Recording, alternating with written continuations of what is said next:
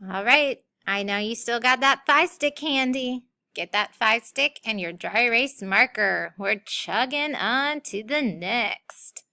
All right.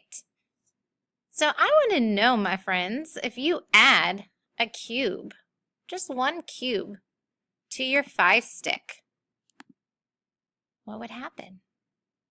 Go ahead and put one cube on your 5-stick. How many cubes are there? All right.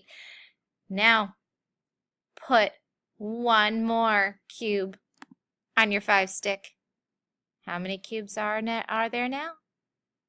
Here's what I need from you on Seesaw. You can write these number sentences and take a picture with your cube stick, or you can make a video with your 5-stick. Add one cube. Tell me how many. Add one more cube and tell me how many. Can't wait to see your hard work with my friends adding one more.